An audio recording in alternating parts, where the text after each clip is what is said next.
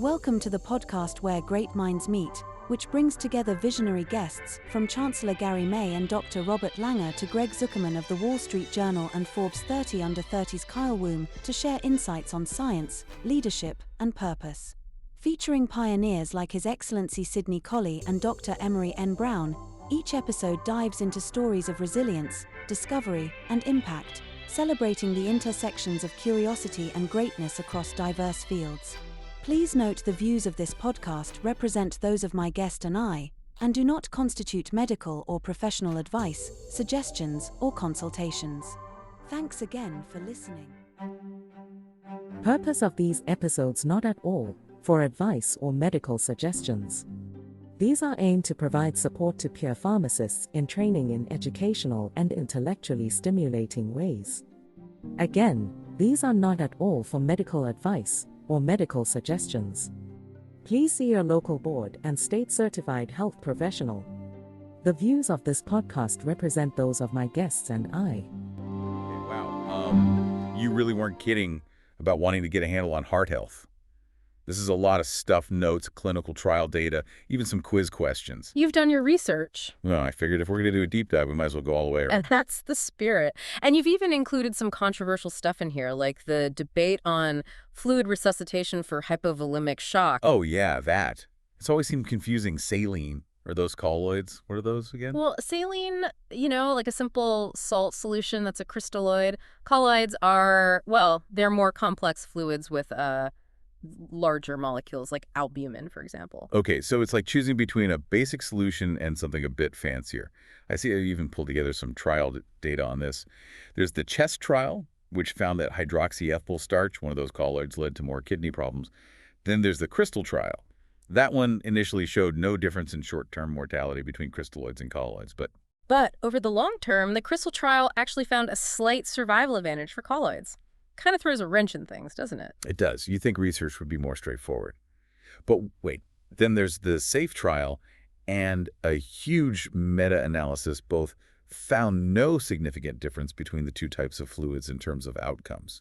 So which is it? Well, looking at the big picture, it seems like crystalloids, like your basic saline, should be the first choice for fluid resuscitation and hypovolemic shock. They're generally safer, easier to use, and more cost-effective. So saline it is, unless there are specific patient factors that might make a colloid a better option. It always comes down to the individual case. Okay, saline first, then consider the individual. Got it. Now let's shift gears a bit. Acute coronary syndrome, or ACS. Why is it called a focus syndrome anyway? Seems like a pretty specific thing. That's a good question. I guess it's because it's actually a whole range of conditions all affecting the coronary arteries. Wow. Like unstable angina, non-ST elevation MI, NSTEMI and STEMI at the ST elevation MI. Right. They're all basically about blockages, right? Blood flow to the heart muscle getting cut off. Exactly. Blockage is the common thread. And you've got some notes here about STEMI. They highlight how urgent treatment is. Primary PCI within 90 minutes, that's the gold standard. Time is muscle, they say. Literally. Every minute that artery stays blocked, more heart muscle is dying. So, yeah, got to open that artery up fast, either with PCI or sometimes clot-busting drugs. Okay, that's STEMI. But what about InSTEMI? I see coronary angiography is often recommended there, too. It is, but the timing isn't quite as urgent. How come? Well, in STEMI, the blockage might not be as complete or immediately life-threatening. So angiography is still important, to check out how bad the blockage is, but it doesn't always have to happen right that second. I see. I've actually got two different flowcharts here for managing InSTEMI.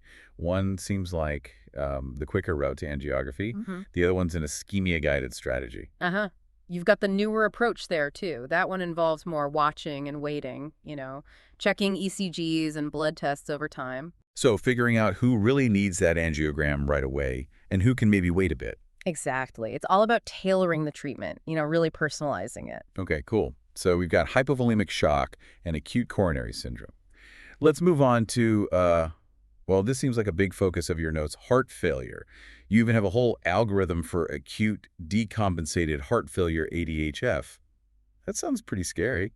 It can be. It basically means heart failure symptoms suddenly getting worse often enough to land someone in the hospital. And like you said, managing it means tailoring the treatment. Based on their symptoms, of course. And the underlying cause, too. So like if they're congested, all that fluid buildup, You might use diuretics. Those help the body get rid of excess fluid. But what if their blood pressure is low? Right, then we might turn to vasodilators. Those relax the blood vessels, get the blood flowing better. Makes sense. And sometimes even inotropes are needed. To give the heart muscle a bit of a boost, help it pump stronger. You've been studying. Well, got to be prepared. So we've talked about the acute situation, but what about chronic heart failure? People living with it every day. That's where those long-term meds come in. You've got a good list there. ACE inhibitors, beta blockers, aldosterone antagonists, each doing its part. What about that combo of hydralazine and nitrates? I see it's particularly good for African American patients. That's right. Sometimes treatment needs to be tailored to specific groups of people. So, lots to consider with heart failure, huh? Acute, chronic, specific patient groups. Starting to feel like cardiology is more than just listening to heartbeats. You're catching on fast. Speaking of intricate details, what about those notes on hypertension? High blood pressure, as most people know it. Looks like you've been digging into that, too. It's something I've been thinking about a lot lately. It's so common and such a big risk factor, for heart disease and stroke. It is. And the scary part is it often doesn't have any obvious symptoms. Yeah, the silent killer, right. So how do you even know if you have it? Well, it's not just about one high reading. You need several high readings over time to make the diagnosis. We got to be sure it's not just a temporary spike, from stress or something. So multiple readings. Got it. Now, what about managing it? I'm seeing lots of info on lifestyle changes, weight loss, exercise, cutting down on salt. Those are the foundation, really, and honestly, they can be incredibly effective. It's amazing how powerful simple changes can be, but I also see a lot about medications, ACE inhibitors, ARBs, calcium channel blockers, and diuretics. Right. Those usually come in when lifestyle changes alone aren't enough. Especially if the hypertension is more severe or if the person has other risk factors, right? Exactly. And you've even got notes on resistant hypertension when even 3 meds aren't enough to control it. I was reading about spironolactone. Seems to be a key player there. It is. It's a medication that blocks a hormone called aldosterone, which can make hypertension worse. So even when it gets tough, there are still options. Always options. But the key is working with your doctor, monitoring your blood pressure, and making those lifestyle changes a part of your life. Okay, so we've tackled hypovolemic shock, acute coronary syndrome, heart failure, and hypertension. Phew, that's a lot. But looks like we're just getting started. What's next on our cardiology climb? Well, you seem to have a whole section on dyslipidemia. That's the fancy term for high cholesterol. You've even got the different types of cholesterol categorized and how they affect risk. Impressive. Well, I did my best. So we've got LDL, the bad cholesterol, HDL, the good one, and triglycerides, which are another type of fat in the blood. And you've gone even further, looking into the meds used to manage high cholesterol. Statins, PCSK9 inhibitors, you've got it all. To be honest, those PCSK9 inhibitors really caught my eye. Sounds like they could be a game changer for people who can't get their cholesterol under control with statins alone. They're a powerful new tool, that's for sure. But before we get too deep into those, let's step back to the basics. You highlighted it in your research lifestyle interventions. That's the foundation. Diet and exercise. The good old standbys. They might be old, but they work. They can really make a difference in cholesterol levels. Lowering LDL, raising HDL, the good kind. Okay, so what kind of diet are we talking about here? Lots of info about reducing saturated and trans fats. Those are the big bad guys when it comes to raising LDL cholesterol. Saturated fats are mostly in animal products, fatty meats, full-fat dairy. Trans fats hide out in processed foods and anything fried. So cut back on those. What about fiber? I've heard that can help too. Absolutely, especially soluble fiber. It actually binds to cholesterol in the gut and stops it from being absorbed. Interesting. Where do you find soluble fiber? Good question. Think oats, beans, lentils, apples, pears. So basically a diet that's full of fruits, veggies, whole grains, lean protein, the stuff everyone should be eating anyway. And exercise, that helps too, right? Definitely. It helps you manage your weight, which is good for cholesterol, and it can directly raise HDL cholesterol. Double win. But sometimes lifestyle changes alone aren't enough, right? You're right. Sometimes we need to bring in the meds. And, like you found in your research, statins are often the first choice for high cholesterol. They block that enzyme in the liver that makes cholesterol, right? You got it.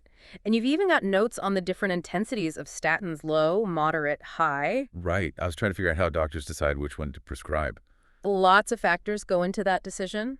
Cholesterol levels, of course, but also the person's risk for heart disease and how well they tolerate the medication. Makes sense. So what about those PCSK9 inhibitors? Those seem to be getting a lot of buzz lately. They are, and for good reason. These injectable medications can really knock down LDL cholesterol. We're talking 50% or more. That's huge. How do they work? Are they like statins? Nope, totally different mechanism. Remember how statins work in the liver to block cholesterol production? Well, PCSK9 inhibitors target a protein called PCSK9. PCSK9. What's that stand for? It stands for proprotein convertase subthylisin type 9. Okay, wow, that's a mouthful. I'll stick with PCSK9. Probably a good idea.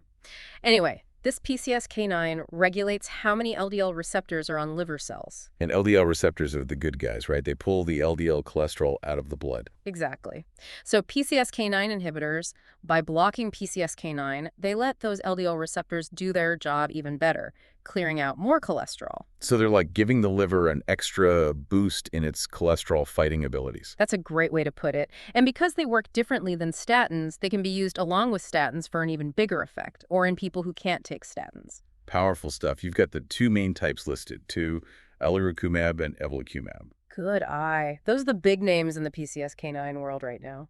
I was curious about the dosing schedules and side effects. Practical stuff. Great questions to be asking. Alirocumab is usually given as a 75 milligram injection every other week. Evolocumab, on the other hand, is either 140 milligrams every 2 weeks or a bigger dose, 420 milligrams once a month. Okay, so different options there. And side effects, are they generally well tolerated? Mostly, yeah.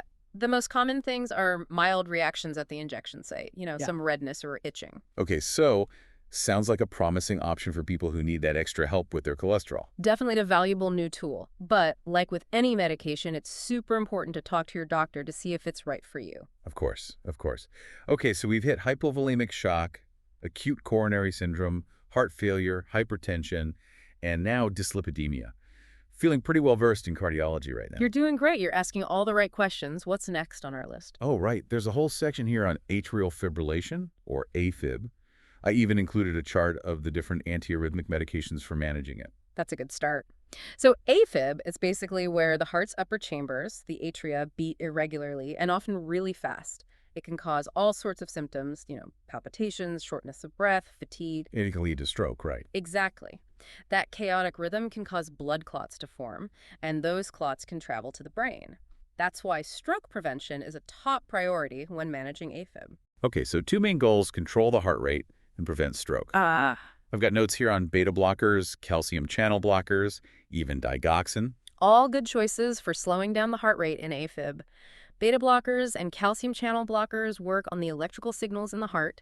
Digoxin, it helps the heart contractions get stronger. Got it. And to prevent those strokes, you need anticoagulants. Right. Also known as blood thinners. You've got a list of the different types there. Warfarin, the old standby, and the newer DOACs. Right, the DOACs. They're the direct oral anticoagulants. I remember reading that they don't need all that blood monitoring like warfarin. That's a big plus for a lot of people. Makes them much more convenient to take. So lots of options for managing AFib. Like with most things in cardiology, it really comes down to the individual, their specific situation, their risks, their preferences. Personalized medicine, huh? You got it. Every heart is different.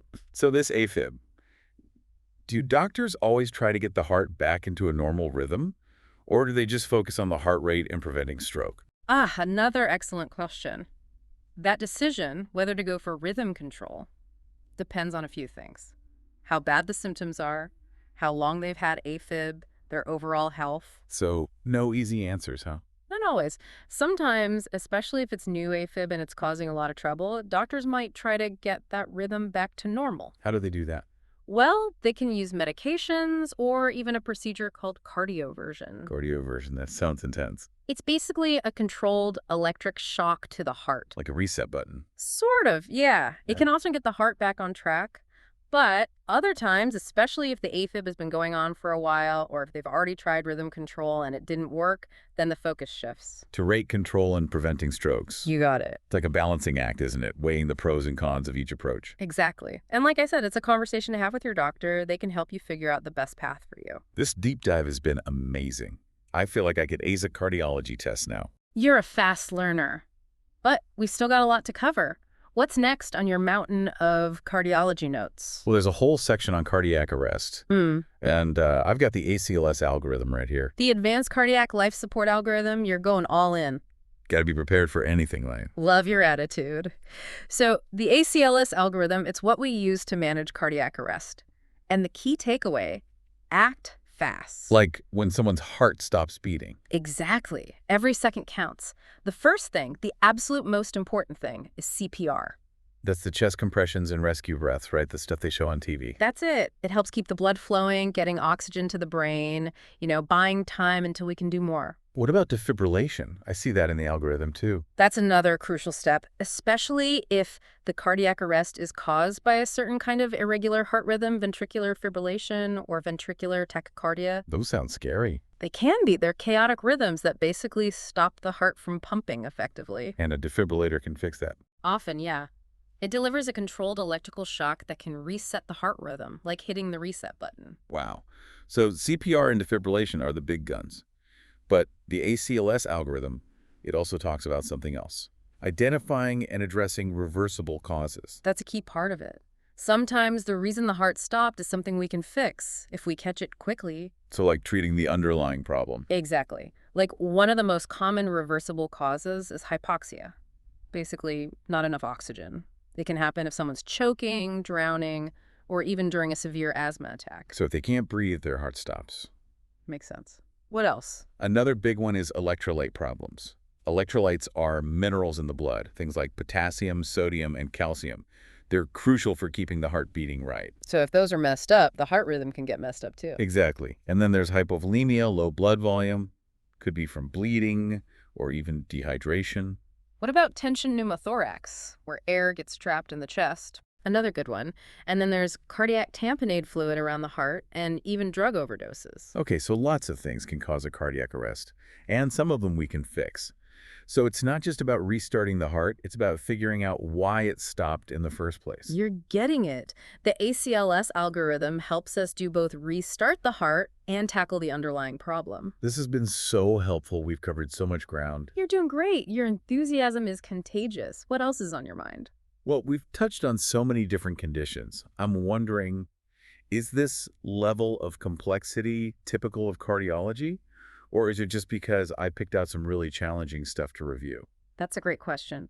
Cardiology is definitely a complex field. The heart is a vital organ, and there are so many factors that can affect its health. So even seemingly simple decisions, like choosing a blood pressure med, can get pretty complicated. Absolutely. Remember how we talked about that stepped approach to drug therapy for hypertension? Right. Start with one type of medication, and if that doesn't work, add another. Exactly. But in real life, there are lots of other things to consider, like someone with diabetes might benefit from an ACE inhibitor or an ARB because those drugs are good for the kidneys too. And someone with asthma, they might need to avoid beta blockers, right? Because those can make breathing problems worse. You're on a roll. And then there are potential side effects, drug interactions, even the cost of medication. It can get pretty involved. It's like a giant puzzle. All the pieces have to fit just right. It is a bit like that, yeah. But there are lots of resources to help you put the puzzle together. Your doctor, of course, but also reliable websites and even support groups. So ask questions, do your research, and work with your healthcare team. Exactly. Knowledge is power, especially when it comes to your health. Speaking of power, you mentioned something earlier about managing cardiac arrest that I wanted to circle back to. Those reversible causes we talked about. Can you give me some examples of what you mean? Of course. Remember, the main goal in cardiac arrest is to get the heart beating normally again. And sometimes the thing that made the heart stop is something we can reverse if we act quickly. Okay, so we're talking about things we can treat. Right. Like one of the most common is hypoxia, which basically means a lack of oxygen. It can happen in situations like choking, drowning, or even a severe asthma attack. So if someone's heart stops because they can't breathe, you got to open up their airway and get them oxygen. You got it. Another common one is severe electrolyte abnormalities. Electrolytes are those minerals in the blood, things like potassium, sodium, and calcium. They're really important for regulating the heartbeat. So if those are out of whack, the heart rhythm can go haywire too. Exactly. And then there's hypovolemia. That's when the blood volume is too low, often from bleeding or dehydration. What about tension pneumothorax? Isn't that when air gets trapped in the chest cavity and compresses the heart? Another great example. And then we've got things like cardiac tamponade, where fluid builds up around the heart, and even drug overdoses. Okay, so lots of things can cause a cardiac arrest, Yeah. and some of them are treatable. So it's not just about restarting the heart, it's about figuring out why it stopped in the first place. You're getting it. The ACLS algorithm helps us do both restart the heart and tackle the underlying problem. This has been so helpful. We've covered so much ground. And you've done a fantastic job keeping up. Now, what about those quiz questions you mentioned? Any of them particularly relevant to our discussion today? Actually, yes. There's one about stable ischemic heart disease that I think ties in nicely with some of the things we've been talking about. It asks which patient is more likely to experience atypical symptoms of angina. Atypical symptoms, meaning like not the classic chest pain. Exactly. And the choices are a 46-year-old with hypertension, dyslipidemia, and obesity, a 54-year-old with gastroesophageal reflux disease and dyslipidemia, a 62-year-old with atrial fibrillation, a history of stroke, and chronic kidney disease, and a 76-year-old with hypertension, dyslipidemia, and diabetes. That's tricky. I guess it's either the 62-year-old with the stroke history or the 76-year-old with diabetes. You're on the right track. The correct answer is the 76-year-old with diabetes. So older patients and those with diabetes are more likely to have those atypical symptoms. Is there a reason for that? Well, with diabetes, there can be damage to the nerves that carry pain signals from the heart. So instead of feeling that classic chest pain, they might experience shortness of breath, fatigue, nausea, even back pain. And as we get older, our bodies change, so the way we experience angina can change too. So it's really important to remember that not everyone has the same symptoms. Absolutely. And recognizing those atypical symptoms can be life-saving. The sooner someone seeks medical attention, the better. Okay, good to know. Are there any other quiz questions we should hit? There's one about the most effective lifestyle change for lowering blood pressure. The choices are weight loss, quitting smoking, cutting back on salt, and reducing alcohol intake. I'm going with weight loss.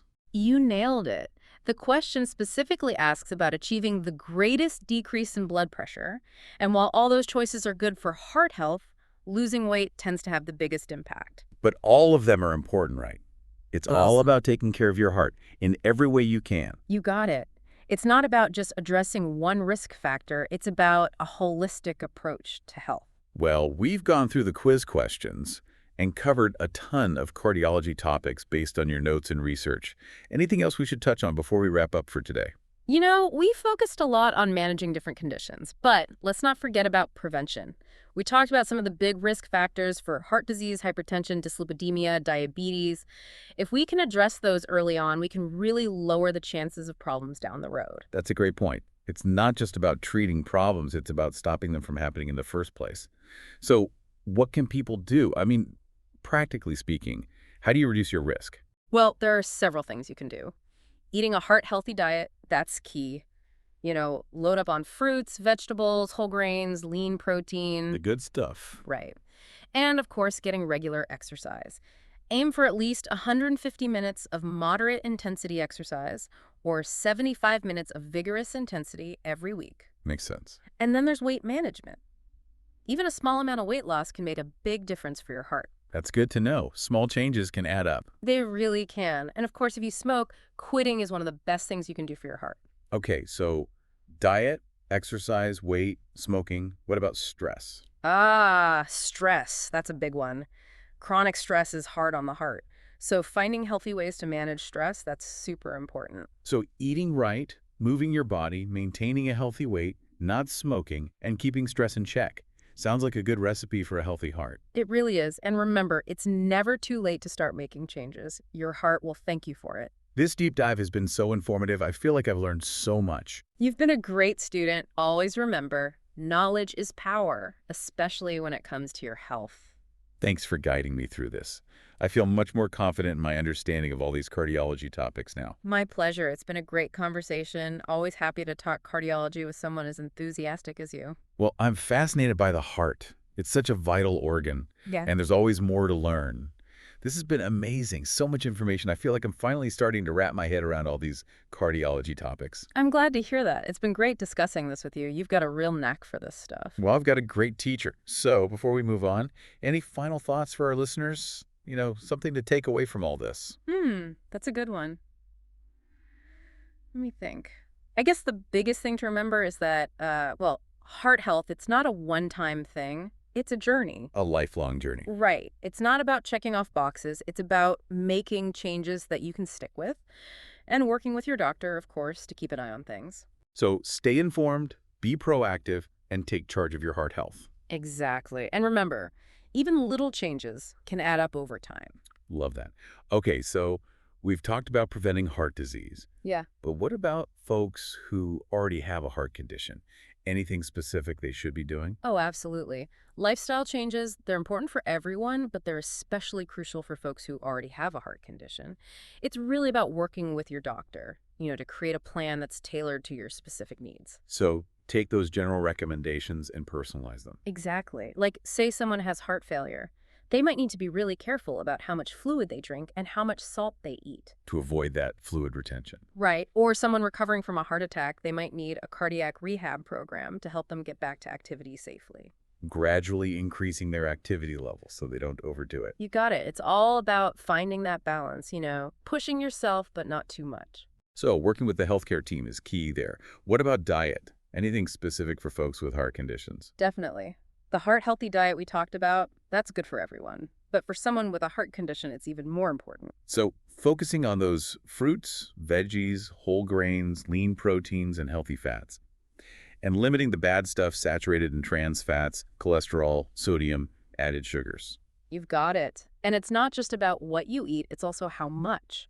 Portion control is really important, especially for folks with heart failure or hypertension. Because extra weight can make those conditions worse. Makes sense. Any resources out there for people who need help making those dietary changes? Absolutely. Registered dietitians, they're fantastic. They can help create a meal plan that's right for you, give you tips on cooking healthy, and even help you navigate the grocery store or restaurants. So it's like having a personal nutrition coach. Okay, so we've covered diet and exercise. Yeah. What about stress? We talked about how it can contribute to heart disease, but what about its role in managing existing conditions? Stress is a sneaky one. It can wreak havoc on the heart in so many ways. It raises blood pressure, increases heart rate. It can even make us turn to unhealthy habits like overeating or smoking. And it can mess with sleep. I know that from experience. Exactly. So finding healthy ways to manage stress, that's crucial for everyone, but especially for people with heart conditions. So what works? Well, exercise is a great stress reliever, as is meditation. Spending time in nature, connecting with loved ones, those are all good too. It's really about finding what works for you. It's a good reminder that taking care of our mental health is just as important as taking care of our physical health, especially when it comes to the heart. Couldn't agree more. It's all connected. Well, this deep dive has been truly amazing.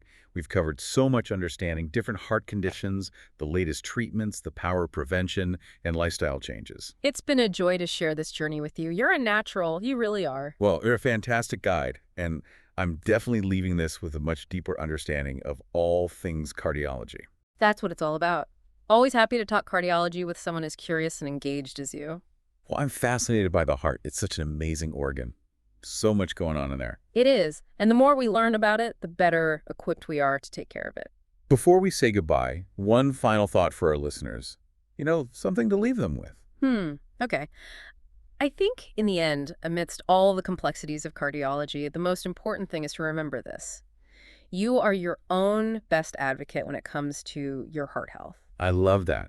Be informed, ask questions, work with your doctor to make the best decisions for you. Exactly. It's your heart, your health, your life. Take ownership of it. Such a powerful message. Thanks again for joining me on this deep dive. Until next time, stay curious and keep those hearts beating strong. You got it. Take care. Thinking about advocating for your health, it reminds me there's so much info online these days. It's hard to know what to trust. Any tips for navigating that world? It is tough. It's like a jungle out there. Anyone can post anything. I always say, stick to reputable sources. Government websites, professional organizations, well-established medical institutions. So those .gov.org.edu sites. Exactly. Look for stuff that's been reviewed by medical professionals and be wary of websites that are trying to sell you something. Oh, yeah, good point. I've seen those more focused on pushing a product than giving accurate info. Right. Got to be a savvy consumer these days. And of course, if you ever have doubts, always check with your doctor. Speaking of checking with your doctor, what kind of questions should people be asking about managing their heart health. I mean, we've covered a lot, but it's impossible to get to everything. That's true. Every case is different, but I think a really good place to start is, what are my risk factors for heart disease? That opens up a conversation about your family history, your lifestyle, any other health issues you might have. Okay, so understand your own personal risk. What else? Ask about the goals of treatment. Like, if you have hypertension, what should your blood pressure be? Or if it's high cholesterol, what should your LDL level be? So know what you're aiming for. Exactly. And don't shy away from asking about lifestyle changes. What specific things can you do to make a difference? It's one thing to be told, eat healthy, exercise, but it's way more helpful to get advice that's tailored to you, right? Absolutely. And finally, I'd say ask about side effects of any medications. Everything has potential risks, and it's important to weigh those against the benefits. So risk factors, treatment goals, lifestyle tips, side effects, good stuff to talk to your doctor about. It's your health. You have a right to be informed. Now, before we go, I wanted to go back to those quiz questions one more time. There was one that really got me thinking, the one about the most effective lifestyle change for lowering blood pressure. Ah, yes. That was a good one. We talked about how weight loss is usually the most impactful, but I was wondering, how much weight loss do you actually need to see a difference? Well, even a small amount can make a difference. As little as 5–10% of your body weight can have a significant impact on blood pressure. That's good to know. Small steps can lead to big changes. They really can. It's all about getting started and building healthy habits over time. Well, this has been an incredible deep dive. We've explored so much about heart health, from the complexities of different conditions to the latest treatments, and of course, the power of prevention. It's been a pleasure, truly. You're a fantastic learner. You really are. And your enthusiasm, it's contagious. Ah, thanks. I'm just really fascinated by the heart. It's such an amazing organ, and there's always so much more to learn. That's the spirit. Keep learning, keep asking questions, and keep taking care of your heart. Great advice. And thanks again for joining me on this deep dive. Until next time, folks, stay curious and keep those hearts beating strong. Welcome to The New Chemist. We're glad you're listening. Feel free to download this podcast on Google Podcasts, Apple Podcasts, and Spotify. Here on The New Chemist, we discuss chemistry, which simply put is the science of change, as well as careers, community, research, and COVID-19. We're happy you're tuning in. My guest today is Akin Ojemakinde. Thanks for joining me today. It is good to hear from you. Just briefly, I'll inform my audience about you. Akin Ojemakinde is a 24-year-old who was raised in Albany, Georgia. He is the son of Abiodun, a Nigerian immigrant, and Joycine, an African-American. After graduating at the top of his class at Lee County High School in 2014, Akin became a Georgia Tech Stamps President's Scholar at Georgia Tech, where he majored in biology and fulfilled his pre-med requirements. After graduating with highest honors from Georgia Tech in 2018, Akin began medical school at Emory University School of Medicine, and he is currently finishing up his third year there. He aspires to be an orthopedic surgeon and a clinical researcher.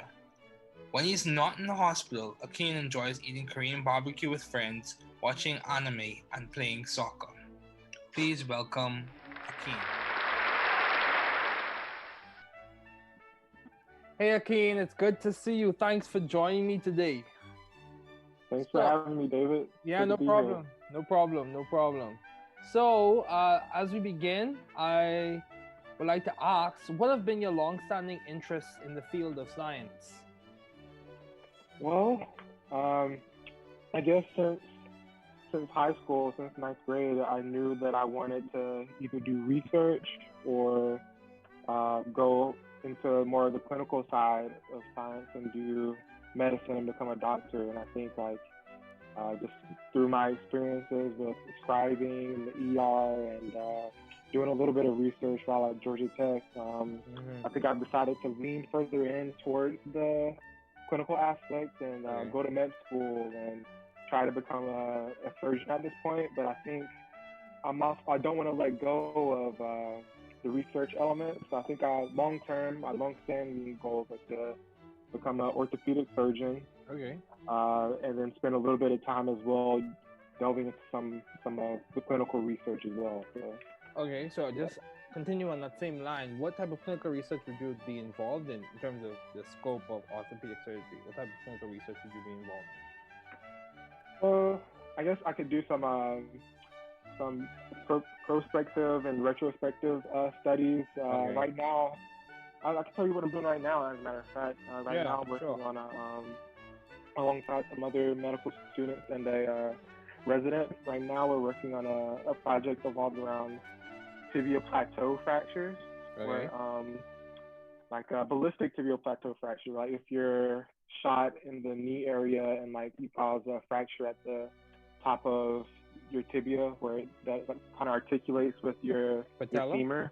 Oh, Yeah, female. the femur and patella. Yeah, Yeah. and usually they do that. They do an operation that's like 2 stages sometimes, just to like uh, increase the joint space and allow swelling to happen before they go in and do like final fixation. But we think that in some situations that's unnecessary and you can just go in for final fixation and go in and do one procedure and um, correct the fracture.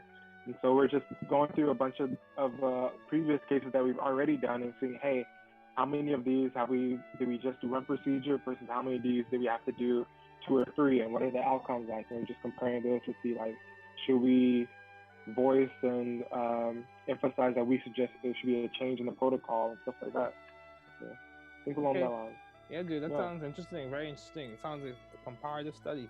But from what I've heard, it seems like science is definitely a passion of yours.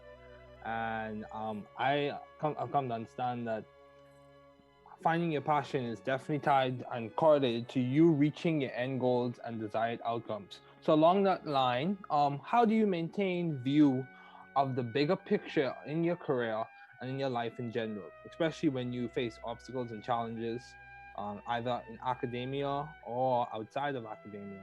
How do you maintain view of the bigger picture? I think that's a good question. I think a really good way to maintain that view is to like, dedicate time to sit back and ask yourself, where am I now?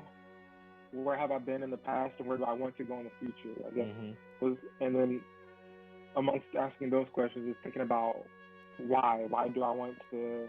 Why have I done what I've done in the past, and why do I want to continue along this path, and where do I want to go in the future? So I think like reflecting and thinking about stuff like that, and just I guess talking to mentors and talking to friends and like getting advice from them and hearing their perspective about like how you've succeeded in the past and what they think where they envision you going in the future. Because sometimes you'll be surprised, like they might have completely other viewpoints and ideas and perspectives than you, and that might influence your bigger picture. Because like yeah. Okay. Yeah, dude, that's good. Yeah, it's definitely important to think of where you have been, where you are now, and where you will go. I think that adds perspective to your goal setting and allows you to appreciate the things that you've already achieved. So, in terms of your progress thus far, how have you been adaptive and creative in the field of science? I think yes, the vast majority of my impact so far would definitely have to be in the research aspect. I mean, that's also where my creative juices flow the most, I guess. Oh yeah, it's good. It's good. Yeah. I like my undergrad research was with C. elegans. I think to categorize the lab I was with, I guess you could say was like evolutionary genetics. We're working with C. elegans. Okay. Just doing another like comparative study, like against 2 different strains to see which one would outcompete the other for resources and food. And so that was a lot of fun. We had to come up with a lot of creative ways to like analyze and like just maintain the study. It was a lot of fun. That's good. But, yeah, in the future, I hope to make more impacts with patients and my future patients and my clinical stuff that I'm trying to develop by being in medical school and pursuing this MD. That's good. So I have a question along that lines. You talk a lot about research, and I know you enjoy both research and medicine. So how did you choose between going the full research, full-fledged research, and going between medicine, or you decide you're going to do half and half? How did you choose instead of pursuing a graduate degree over a medical degree? How did you Good choose? question. Good question. Exposure. You have to get exposure. You don't know what it's like until you're doing it, right? So yeah, that's true. That's true. Yeah. I deliberately joined the lab I was just talking about at Georgia Tech when I was there, and I think during my third year of college, I picked up a part-time job being the medical scribe in the emergency department. Yeah, I remember that. Yep. Yeah. So that wasn't too bad. It was just like maybe two or three like 10-hour shifts per month or something like that. The requirements were minimal. I was with Scribe America at Atlanta Medical Center. So that's how I got the vast majority of my clinical experience, and I really enjoyed like talking to patients and just like I think of medicine being the like a really fun application of the science and the research that people are doing at the lab. So like the foundation would be the research that I was doing in the lab with the C. elegans, and like the application of that ultimately would be medicine, using the knowledge that we gain in research to help people. And I think I really want to be using the majority of my time applying the knowledge rather than curating and developing the knowledge, if that makes sense. Yeah, that makes sense. Because one thing I'm in grad school, so one of the things that stands out to me is, and I've learned this over time, is that many times fundamental research, like research with either simple organisms or unicellular organisms, prokaryotes, even though people tend to, I know a number of people who prefer to work with mammalian cells or prefer to work with human body research, but even prokaryotic research give you insights that you could apply in other areas. The fundamental research does help. In fact, the research that I'm involved in was we're looking at the communication between bacteria and how we can inhibit that communication to ultimately understand the communication better, affect that communication, and then lead to potential therapies or not antibiotics, but drug analogs and stuff like that. So yeah, it's definitely good to look at fundamental research. So you're at Emory, you started off at Georgia Tech, now you're at Emory. How have you sought or found the right environment for you to thrive scientifically and intellectually? How did you find it? Why did you choose Georgia Tech? Why did you choose Emory? If you to change the question around, why did you choose Emory?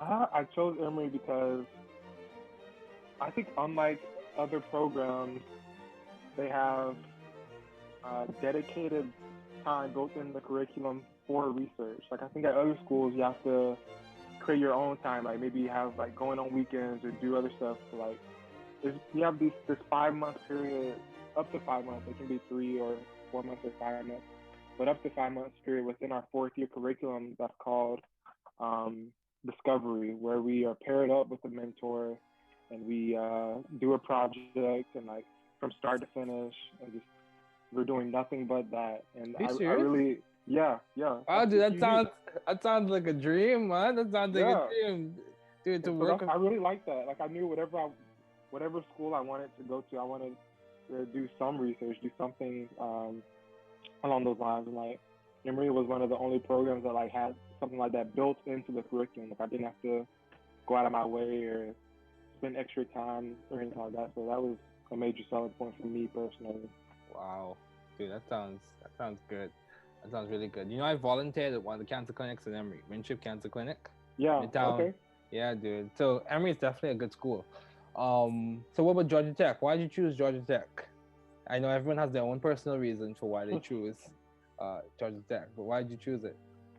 That was multifold. So I guess one reason was I guess I'm a Georgia boy, been in Georgia my whole life. Okay. My senior year of high school, I only applied to 2 schools actually. I applied to UGA and I applied to Georgia Tech. And having applied early, what they call early action. Yeah, I was automatically in the pool to be considered for one of their scholarships, the Georgia Tech President Scholarship. Mm-hmm. So I ended up interviewing for that, and they gave me a full ride, and so that was really, really strong reason why I went. Because I mean, financial burden can be pretty high going to college, and Oh yeah.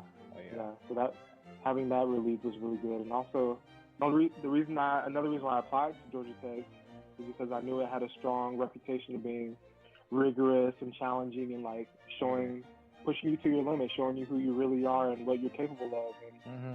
having not really had that in high school and before, I was really curious about being challenged and being shown what I was really capable of. And so, yeah, those two things combined, Georgia Tech all the way, no regrets. Yeah, dude. Yeah, and even though I'll say many things on this point, you know, challenges and adversity may promote more self-awareness, and that tends many people that tends to be the case. You become more self-aware as you face challenges, and at the same time, for the portion of time that I spent in Georgia Tech, I don't regret it at all because of the exposure I had to diverse faculty, the exposure I had to good research and all of those other areas.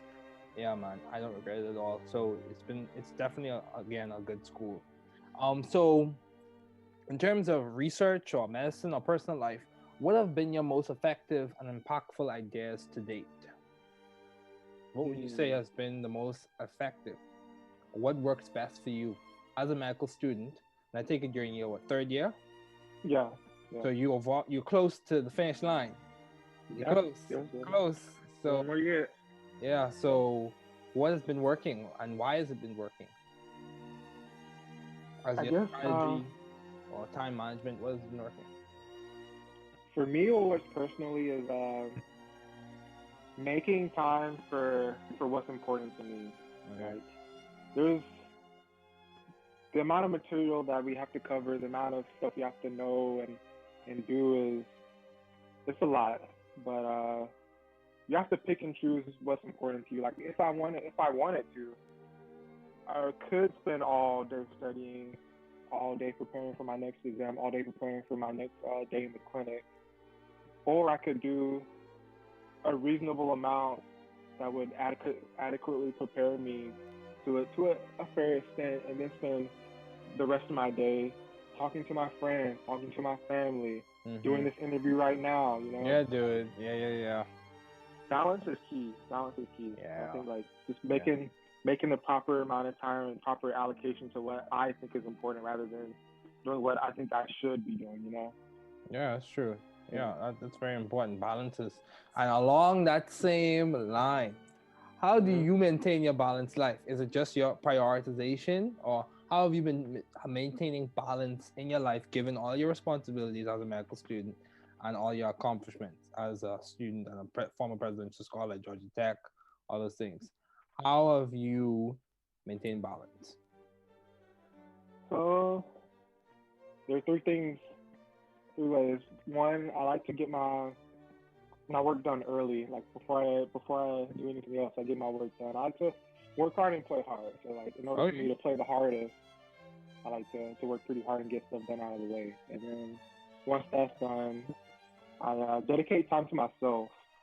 And what I mean by that is I like to go on these walks. I think like almost every day I like put in my AirPods and like walk around my neighborhood for about an hour, like either listening to music, listening to a podcast, or just thinking and enjoying nature. Like I like to have personal time to reflect and like gather my thoughts and just be with myself. And then thirdly, I enjoy talking to my friends and family. They give me energy. They motivate me. They push me to work even harder because like I'm not in this for myself. I'm in this for them too. Like my actions and the way every time I walk outside of the door of my homes, I'm not only representing myself, I'm representing them. Exactly. Exactly. Yeah, dude. Yeah. I could say a good bit of stuff on that. We are representations of those who have helped us and our family members. So you gotta carry yourself with pride and respect. Absolutely. Yeah. So I think mindset is also very important. How you think, the concepts you allow to remain in your mind, or how you frame your day, principles, all those things are important because when you have wrong ones, they may promote wrong lifestyles or if you have ones that don't complement you, they may negatively impact you as time progresses. So yeah, definitely. So in terms of academics, how have you been so successful as a student? What has been the resources you use? I've heard people talk about Sketchy and all those other things. Yeah. So, and I've heard of Notion. I don't know if you've heard of Notion. It's like I've heard about one. yeah, but Picmonic. Yeah. What has been your resources that you use? Your go-to for studying. Your go-to for academic success. Okay. First and foremost, I would have to mention this software called Anki. Yeah, I've heard of that. Yeah, Anki. It's like spaced repetition is like the educational tool and frame that what they use, where like it's basically flashcards on your computer, but like you don't have to do every single flashcard every day. They like space it out so that like it maximizes retention and memorization. I've been using that for almost 2 years now. I didn't use it in the beginning, but like it's really helped me retain information and just be most efficient in my studying. Okay. Like you said, Sketchy is also great. Those little cartoons that help you memorize all the drugs and all the different microbes. I still have those pictures in my memory, in my mind, and yeah, that's good. It's a really good tool. Those are the best ones, I think. If you use those two, they'll be set. Yeah, that's good. So, even amidst a pandemic, how have you maintained vision and teamwork in your environment? I mean, my vision, I don't think, personally, coronavirus hasn't changed my vision. If anything, it's strengthened me, because I think this pandemic has shown a lot of the weaknesses within our healthcare infrastructure, like the vulnerable groups that are most susceptible to this disease, like it's shown them to light. I mean, usually they look like me, they look like you, they're African American, and they're not getting the resources that they should. And I think it's very more encouraging to me that I've been not just trying to work in an environment that I'm especially helping them, especially helping my people, and helping them get the stuff that they otherwise wouldn't. So it's been motivational, honestly, to see the hardships that people are going through. And it's a good perspective. Yeah, it's providing a perspective. And I guess, what was the other part of the question? How have you maintained teamwork? Maintain teamwork. I'm fortunate to be surrounded by great friends that are just what happen to be my classmates, and so like we encourage each other. We're competitive. We're encouraging. We study together. We're just motivational and just being provided by like-minded people that are like also striving towards the same goal as you. That's also inspirational. Yeah, dude. Environment does play a large role. Yeah, plays a large role in academic success, and people you hang around can influence how well you do. Yeah, dude. You know, I was reading this book on resilience by Frederick Flack. He is a former psychiatrist. I'm not sure if he's still alive.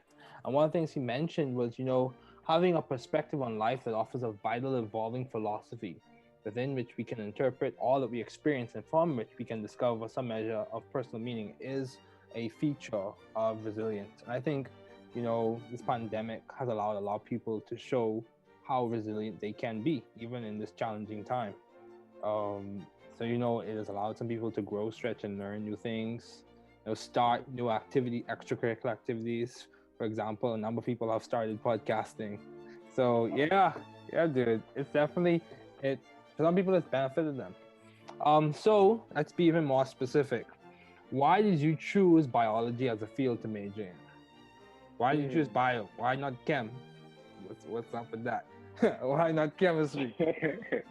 Chemistry is great and all, but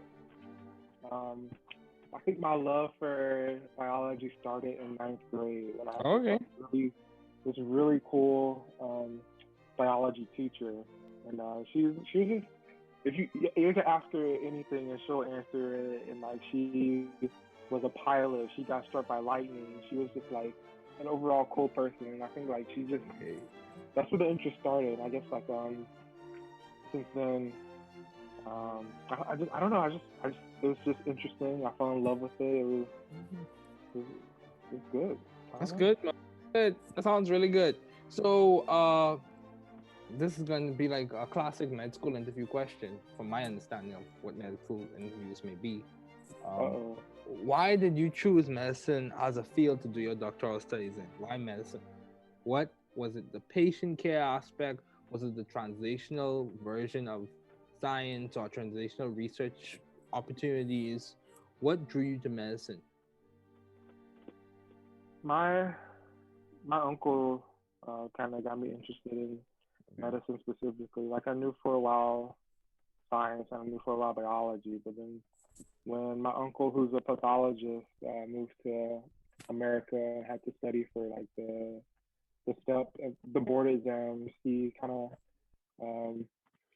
pulled me in and like got me to help him study by like kind of being a standardized patient and like having me read some of the cases he had to know. And I just thought it was, like I was saying earlier, I really like the application of the sciences, the using what I know for other people's benefits and making an impact in their lives, but also doing something that I love. Like it'd be easy for me to do something that only brings me joy, but doing something that can bring me joy and also impact others, that I think that's highly appealing.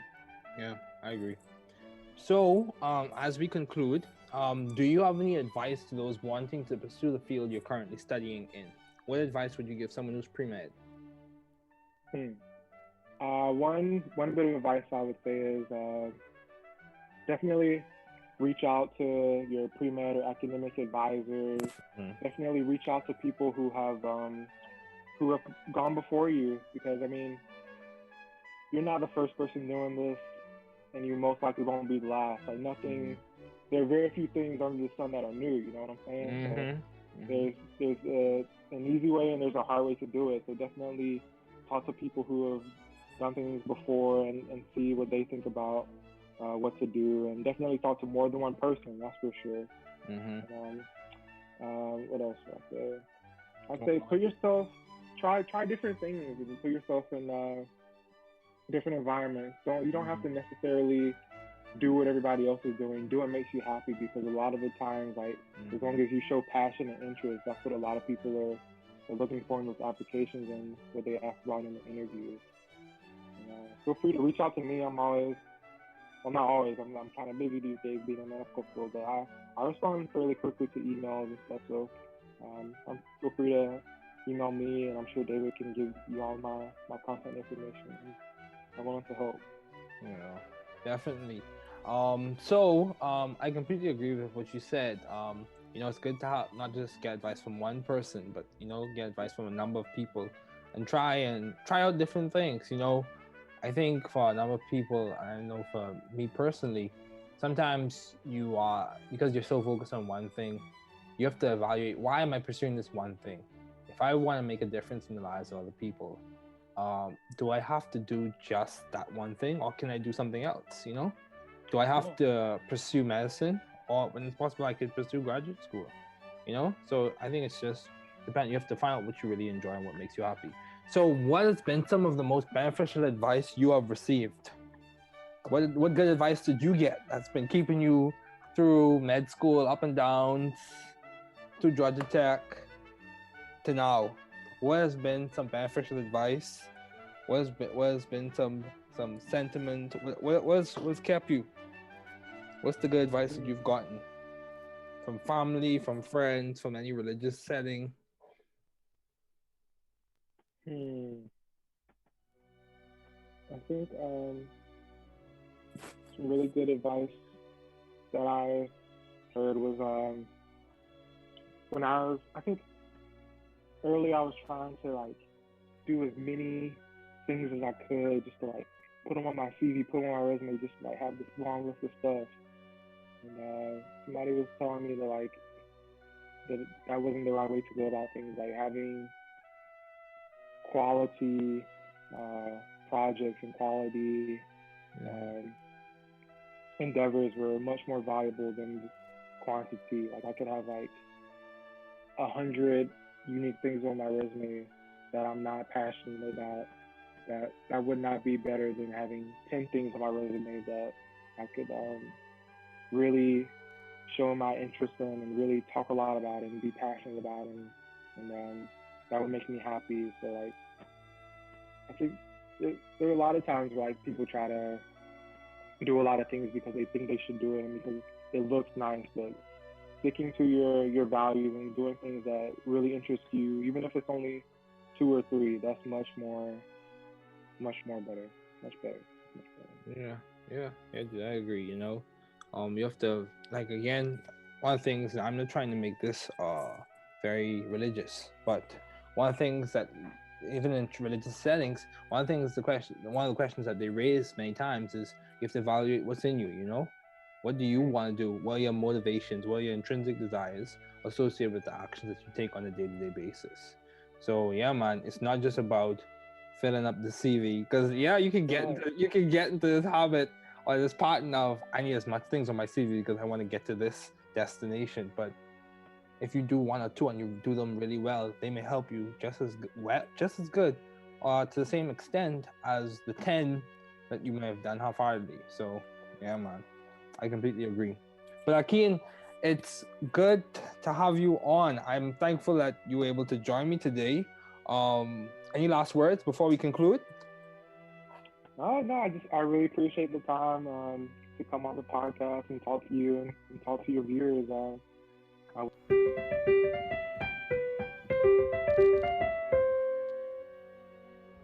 Thanks for listening. We're glad you were able to tune into this podcast. Once again, this is The New Chemist, where we discuss chemistry, which simply put is the science of change, as well as the other sciences, careers, community, research, and COVID-19. Thanks again for listening. Note, the views on this podcast represent those of my guest and I.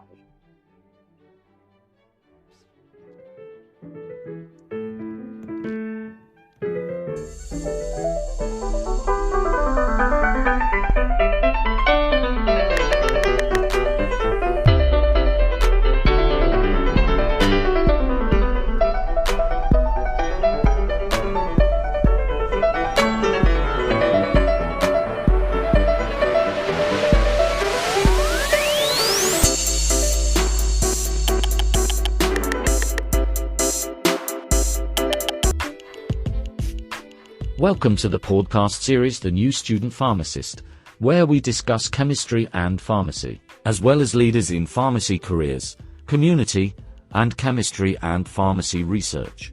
We encourage you to support the work we are doing and follow us on Spotify and Apple Podcasts by subscribing for free. Note, the views on the podcast represent those of my guest and I.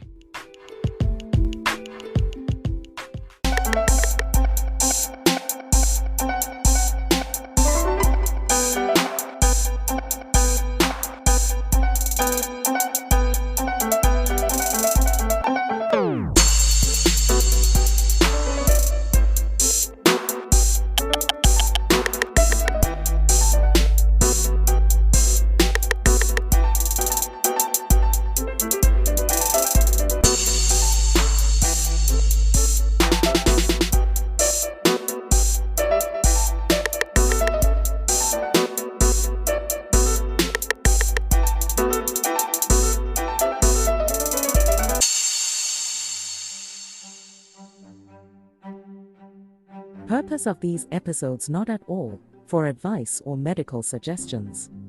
These are aimed to provide support to peer pharmacists in training in educational and intellectually stimulating ways. Again, these are not at all for medical advice or medical suggestions. Please see your local board and state-certified health professional. The views of this podcast represent those of my guests and I. Welcome back to the Deep Dive. Today, we're tackling a topic that's pretty crucial for any aspiring pharmacist. Acute coronary syndrome.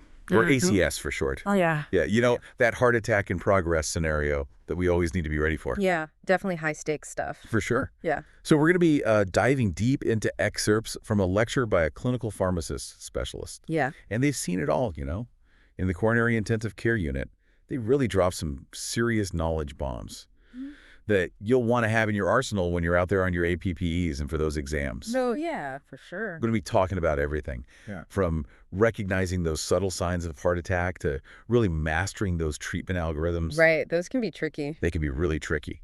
Have you ever heard of a scoring system that actually predicts a patient's risk of dying from ACS? Oh, wow. I mean, I've heard of a few, but... Yeah. Or how about the type of aspirin you choose can actually make a world of difference? Oh, yeah, that's huge. Yeah, get ready to have your mind blown.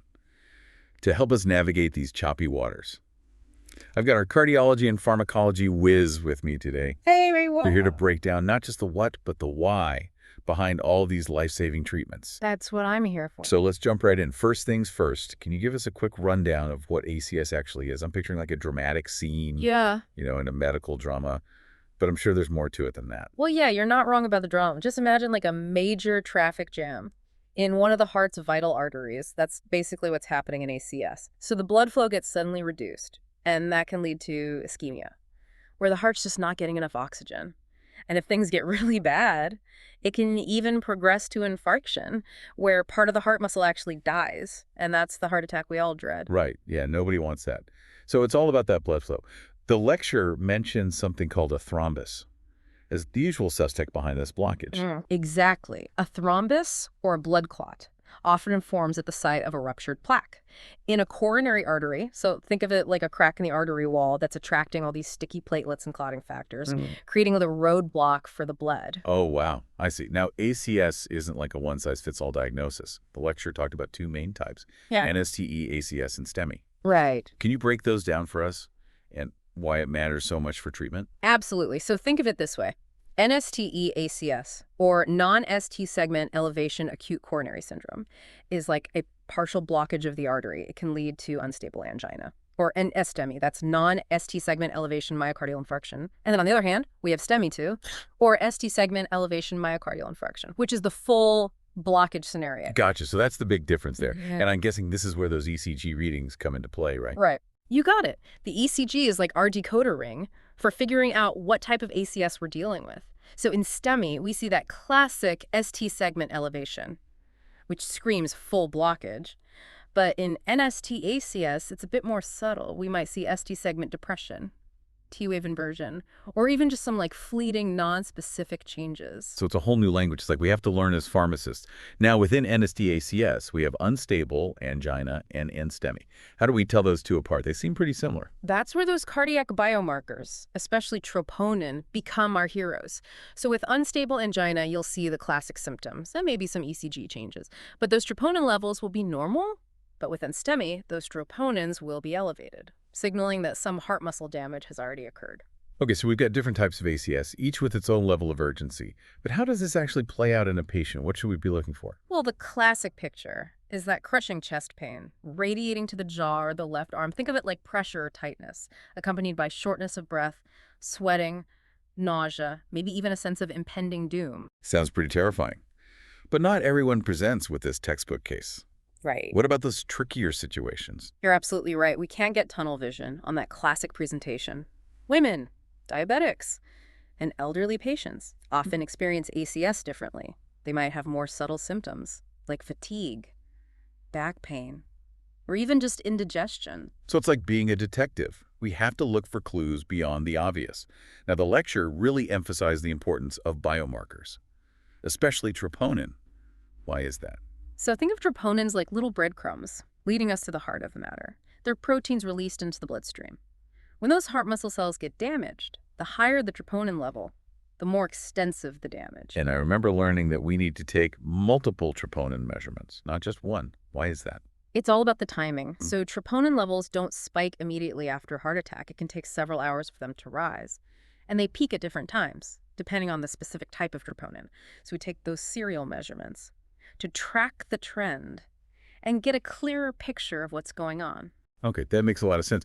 Now, the lecture also talked about another biomarker called CKMB. What's its role in all this? So CKMB is another enzyme released from damaged heart muscle. But it's not quite as sensitive or specific as troponin. However, it does return to normal more quickly, making it useful for diagnosing reinfarction. So if a patient has had a heart attack and their CKMB levels start rising again, it could be a red flag that they're having another one. Wow. So even after a heart attack, the danger isn't necessarily over. Now let's talk about figuring out who needs the most aggressive treatment. The lecture mentioned something called TMI and GRACE risk scores. What are those all about? Think of these scores as personalized risk assessments. They take into account factors like age, previous heart problems, current symptoms, and those all-important biomarker levels to predict the likelihood of bad outcomes in patients with ACS. So it's a way to prioritize who needs the most urgent care. Exactly. So a low-risk patient might be managed more conservatively, while a high-risk patient might need to be rushed to the cath lab for immediate intervention. Gotcha. It's like having a roadmap to guide those critical treatment decisions. Now, what about the actual treatment for ACS? What are the foundational therapies for all patients? Well, the lecture laid out a clear approach, starting with the acronym MONAB. It's like a rapid response checklist for stabilizing a patient with suspected ACS. Well, I love a good acronym. What does MONAB stand for? Okay, let's break it down. M is for morphine, or other opioids like fentanyl. We're talking serious pain relief here, which not only makes the patient more comfortable, but also helps reduce the strain on the heart. Yeah. O is for oxygen. If the patient's oxygen saturation is low, or they're struggling to breathe, supplemental oxygen can be a lifesaver. It ensures that the heart muscle gets the oxygen it desperately needs. Okay, that makes sense. N is for nitroglycerin, our trusty vasodilator. It works its magic by widening those blood vessels, making it easier for blood to flow through and reach the heart muscle. So nitroglycerin is like opening up those blocked roads in the heart. You got it. And it comes in different forms, too. From the quick-acting sublingual tablets to the continuous IV infusions for more severe cases. Wow. Yeah. A is for aspirin, and this one is non-negotiable. Aspirin steps in to prevent further clot formation. And in this acute setting, we want it to work fast. So no waiting for it to dissolve in the stomach. Nope. We actually have the patient chew a non-enteric-coated aspirin for faster absorption through the lining of the mouth. It's all about getting that aspirin into the system ASAP. That's interesting. I always thought you were supposed to swallow aspirin whole. Okay. And finally, the B in MONAB. B is for beta blockers, the heart rate heroes. They work by slowing down the heart rate and lowering blood pressure, which ultimately reduces the workload on the heart. So they're taking some of the pressure off the heart, giving it a chance to recover. Exactly. But we do need to be cautious with beta blockers. They're not for everyone. Certain conditions, like heart failure, slow heart rate, or even asthma, can make beta blockers a risky choice. So it's not just about knowing the drugs. It's about knowing when and how to use them safely. Sounds like a pharmacist's dream job. Okay, so we've covered the foundational MONAB approach for all ACS patients. What comes next in our treatment plan? That's where things get a little more specialized. Remember those 3 pillars of treatment mentioned in the lecture? Yes. We've tackled the first one, MONAB, but now we need to dive into the next 2, antiplatelet therapy and anticoagulation therapy. Ah, yes, the tag team duo for battling those pesky blood clots. Exactly. And this is where those high-yield drug details come into play. So pharmacy students, listen up. Okay, let's start with antiplatelet therapy. We already talked about aspirin being the MVP in the acute setting, but it often needs a partner in crime to really tackle those clots. That's where the P2Y12 inhibitors come into play. Okay, I've heard of those. They're like the elite squad of antiplatelet therapy, right? You could say that. They work by blocking the P2Y12 receptor on platelets. Think of it as jamming the communication system that platelets use to gather and form clots. The lecture specifically mentioned clopidogrel, prasugrel, and ticagrelor as our heavy hitters. So many options. It's like choosing your weapon for battle. How do we know which P2Y12 inhibitor is the right fit for a particular patient? That's where your pharmacist expertise really shines. It depends on a few key factors: the type of ACS the patient has, their risk of bleeding, and even their genetic makeup. Wait, genetics. What does that have to do with it? Remember how the lecture mentioned that clopidogrel is a prodrug? Yeah. It needs to be metabolized by a specific enzyme in the liver called CYP2C19 to become active. Well, some people have genetic variations that make them poor metabolizers of clopidogrel, so the drug might not work as well for them. That's fascinating. It's like personalized medicine based on your DNA. Yeah. So for those patients who don't metabolize clopidogrel effectively, would we choose a different P2Y12 inhibitor? Exactly. Prasugrel and ticagrelor don't rely as heavily on that CYP2C19 enzyme, so they might be better choices in those cases. Prasugrel is generally preferred for patients undergoing PCI, especially if they're not at high risk of bleeding. It kicks in faster and has a more potent antiplatelet effect compared to clopidogrel. Okay, and what about ticagrelor? What are its advantages and disadvantages? Ticagrelor is a bit unique. It's a reversible inhibitor, which means its effects wear off more quickly if you stop the medication. This can be a lifesaver if a patient needs emergency surgery or has a bleeding complication. We can reverse the antiplatelet effects more quickly compared to the other options. So ticagrelor gives us more flexibility in Yeah. those tricky situations, but it's important to remember that it's given twice a day, while Capagrel and Prasugrel are only once daily. Right. So many details to keep track of. No wonder this is such a challenging area for pharmacy students. The lecture also mentioned a tool called the ARC-HBR Bleeding Assessment Score. What's the purpose of that? That's our safety net. It helps us assess a patient's risk of bleeding complications, especially when they're on dual antiplatelet therapy. We consider factors like their age, kidney function, history of bleeding, and other medications they're taking. This score helps us identify patients who might need closer monitoring or a different treatment strategy. Okay. It's all about minimizing those risks while maximizing the benefits of treatment. Exactly. And speaking of minimizing risks, remember that Prasugrel is off the table for patients with a history of stroke. The risk of bleeding is just too high in those cases. Okay. So we've got a lot to consider when choosing the right antiplatelet therapy. But what about anticoagulants? Where do they fit into the ACS treatment puzzle? Anticoagulants like heparin and its derivatives are like the clot-busting crew. They work by preventing new clots from forming. They're essential for all ACS patients, especially those with STEMA or those undergoing PCI. Right, because we want to stop that clot formation in its tracks. Mm. The lecture mentioned a whole bunch of different anticoagulants: unfractionated heparin, enoxaparin, fondaparin-X, and bivalirudin. Can we break down the key differences between them? Absolutely. Unfractionated heparin, or UFH, is the classic anticoagulant. It's given intravenously and requires careful monitoring of the patient's clotting times. Enoxaparin is a low molecular weight heparin that can be given subcutaneously, which makes it more convenient for patients who aren't hospitalized. So enoxaparin is like the outpatient-friendly version of heparin. You could say that. Then we have fondaparin-X. It's a bit more targeted in its approach. It specifically inhibits factor JETSA, which is a key player in the coagulation cascade. Okay. And what about bivalirudin? When would we choose that one? Bivalirudin is a direct thrombin inhibitor. It's often the preferred choice for patients undergoing PCI because it has a rapid onset and offset of action, and it doesn't require as much monitoring as heparin. So each anticoagulant has its own personality and its own set of pros and cons. It's up to us as pharmacists to know the nuances of each one and choose wisely for our patients. Couldn't agree more. We need to be able to understand these medications inside and out, anticipate potential problems, and guide our patients toward the best possible outcomes. It's all about being that medication expert on the healthcare team. For sure. Now, let's shift gears a bit and talk about the specific treatment approaches for STEMI and NSTE-ACS. Remember, those ECG readings are our guide for differentiating these two types. For STEMI, the goal is to restore blood flow to that blocked artery as quickly as possible, right? Absolutely. Time is muscle when it comes to STEMI. Every minute that artery remains blocked, more heart muscle is dying. The gold standard treatment is primary PCI, where a cardiologist inserts a catheter into the blocked artery and uses a balloon to open it up. They often place a stent to keep the artery open and prevent it from collapsing again. It's like a plumbing job for the heart. But what if PCI isn't immediately available? What do we do then? In those cases, we turn to fibrinolytic therapy, also known as clot busters. These are medications like Alteplase, Ritoplase, and Tenecteplase. They're given intravenously to dissolve the clot and restore blood flow. So it's like our backup plan when PCI isn't an option. Exactly. But it's important to remember that fibrinolytic therapy isn't as effective as PCI, and it carries a higher risk of bleeding complications. Okay, so ideally we want to get those STEMI patients to the cath lab ASAP. But what about the treatment approach for NSTE-ACS and unstable angina?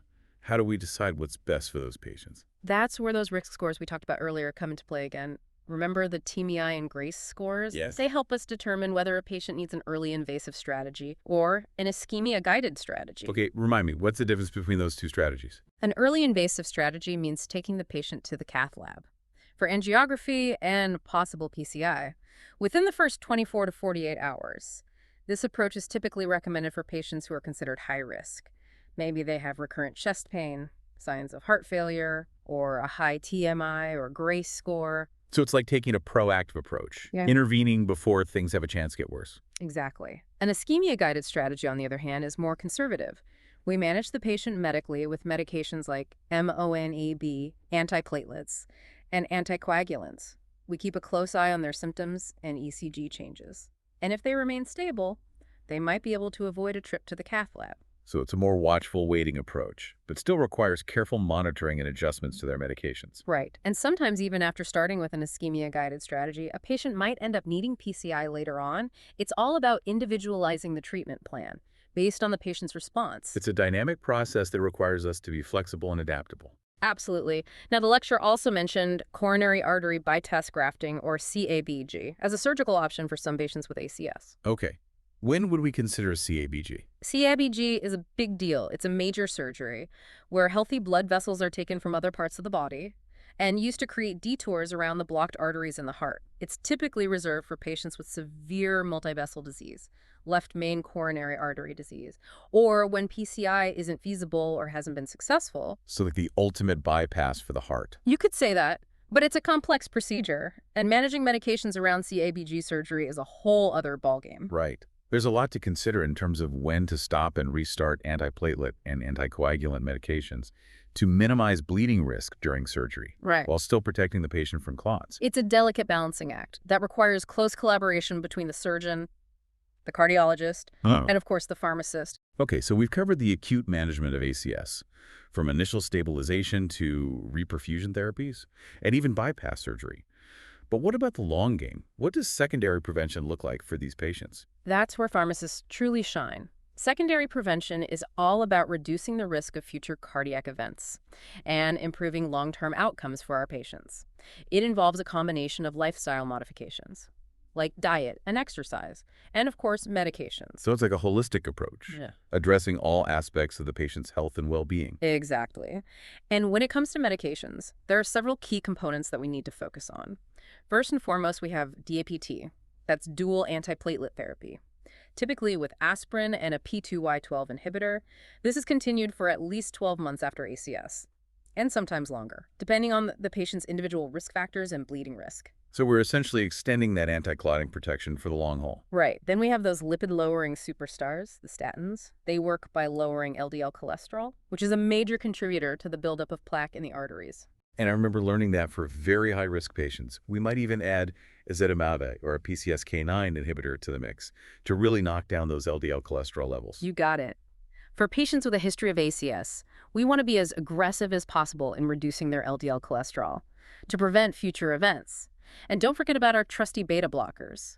They're typically continued long-term, for at least 3 years, to reduce the workload on the heart and prevent future episodes. Beta blockers, always there to keep that heart happy and healthy. The lecture also mentioned ACE inhibitors and ARBs. What's their role in secondary prevention? ACE inhibitors and ARBs are especially important for patients with heart failure or reduced ejection fraction after ACS. They help protect the heart from further damage and can improve long-term survival. Wow, so many medications. Yeah. But each one has a specific purpose and target. It really highlights the complexity of managing ACS, both in the acute setting and for long-term prevention. And that's why pharmacists are such valuable members of the cardiology care team. We have the expertise to optimize medication regimens, monitor for side effects and drug interactions, and educate patients on how to manage their medications safely and effectively. It's all about teamwork and putting the patient at the center of everything we do. Absolutely. Now, I know we've covered a ton of information today, but there's one last thing I want to touch on. The lecture really emphasized that cardiology is a constantly evolving field. New research is emerging all the time, leading to new guidelines and new treatment options. It's true. It's like we're in a perpetual state of learning, which, let's be honest, is what makes pharmacy so exciting. There's always something new to discover. Right. I completely agree. So this deep dive has given you a solid foundation in ACS pharmacotherapeutics. But this is just the beginning of your journey. As you move through your pharmacy education and into your careers, you'll encounter even more complex cases and challenging medication management scenarios. Oh, yeah, definitely. And that's where critical thinking evidence-based practice, and that unwavering commitment to patient care will really set you apart. Couldn't have said it better myself. I'm feeling inspired. How about you? Definitely. It's amazing to see the passion and dedication of future pharmacists like you, who are eager to make a difference in the world. Okay, future pharmacist. Mm-hmm. Before we wrap up this deep dive into ACS, I have one final thought-provoking question for you to ponder. The lecture focused on the current standard of care. But what about the future? With all the incredible advancements happening in cardiovascular medicine, how do you envision the treatment of ACS evolving in the next decade? What role will pharmacists play in shaping those advancements and ensuring the best possible outcomes for our patients? That's a great question, and one that I think all of us in healthcare should be thinking about. Exactly. So that's something to think about as you continue your journey in this amazing field. Keep diving deep into your studies. Stay curious and never stop learning. Until next time. This has been The Deep Dive, your shortcut to being brilliantly informed. Purpose of these episodes not at all for advice or medical suggestions. These are aimed to provide support to peer pharmacists in training in educational and intellectually stimulating ways. Again, these are not at all for medical advice or medical suggestions. Please see your local board and state-certified health professional. The views of this podcast represent those of my guests and I.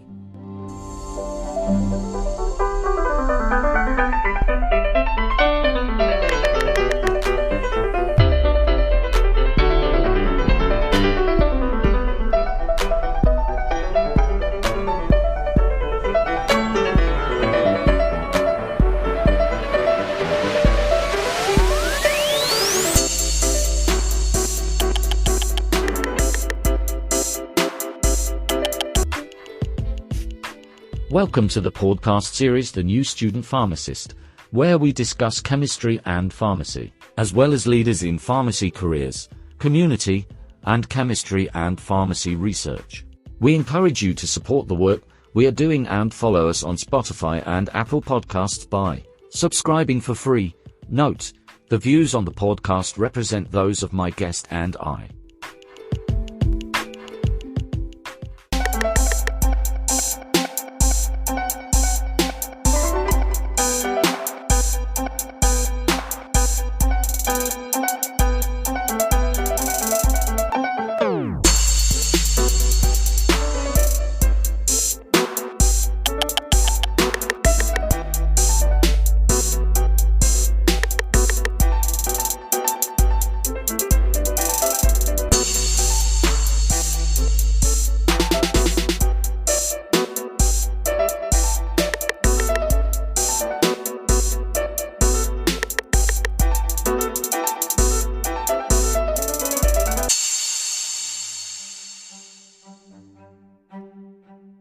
Purpose of these episodes not at all for advice or medical suggestions. These are aimed to provide support to peer pharmacists in training in educational and intellectually stimulating ways. Again, these are not at all for medical advice or medical suggestions. Please see your local board and state-certified health professional. The views of this podcast represent those of my guests and I.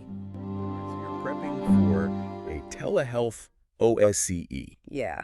And let's be honest, it can feel a bit different It really can. than a traditional OSCE, but no worries. Exactly. We've got you covered today. Absolutely. This deep dive is like tailor-made for those VTE questions. Totally. We've got this amazing lecture from Dr. Runkit Watanakul at Howard University. Mm-hmm. It covers everything VTE, from Okay. prevention to treatment. It really does. Plus, Yeah. we've got the guidelines from the American Society of Hematology For sure. For to give you that extra confidence boost. That extra layer. Yeah, exactly. Exactly. It's like having a cheat sheet for one of the most common issues Oh, yeah. you'll face in telehealth. For sure. So our mission today is to help you not only understand Mm-hmm. the ins and outs of VTE, Yeah. but also to shine when those tricky OSCE questions come up. Absolutely. And think of us as your OSCE coaches. Yeah. Walking you through all the key takeaways from the lecture and guidelines. Let's jump right in. Let's do it. The lecture starts with this scenario that's ripped from a telehealth OSCE. Okay. 85-year-old woman Okay. with COPD and pneumonia Mm-hmm. calls in with a swollen arm. Oh, no. And guess what? It turns out she has a DVT. Classic presentation. It is. And this is exactly why VTE is so important for telehealth providers. Yeah. You have to be so sharp picking up on those little cues Absolutely. during the virtual assessment. Totally. And to really understand VTE, you need to know Virchow's triad. Oh, Like right. the back of your hand. Like the back of your hand. And the lecture does a great job explaining this concept, alterations in blood flow, Right. vascular endothelial injury, Yes. and a hypercoagulable state. The recipe for a clot. It is. Yes. The recipe for clot formation. Exactly. And recognizing those three things in your telehealth patients is crucial. Oh, crucial. So think about this. Yeah. You're in your OSCE, Okay. and the examiner throws you a question like, what are the risk factors for VTE? Oh, yeah. You'll be ready. You'll be ready to hit them with everything. All right. Recent surgery, Yep. immobility, history of clotting disorders, For sure. even medications like hormone therapy. And don't forget those genetic predispositions. Oh, yes. The lecture mentions factor V Leiden Yes. and prothrombin G202010A mutation yes. as key players in VTE risk. There are key players. Huge. Huge. Yeah. And the lecture gives this great reminder about estrogen therapy Oh, yeah. and chemotherapy Oh, right. as potential risk factors. Big ones. It's easy to overlook medications It's when you're focused on the medical conditions, but they can be huge contributors to that hypercoagulable state. Absolutely. And remember, in a telehealth setting, you're really relying on that patient's history You are. and their ability to describe symptoms. Yeah. You don't have that luxury of a physical exam Right. like you do in the traditional setting. Right. So really honing those history-taking skills is essential. That said, okay, so Yeah.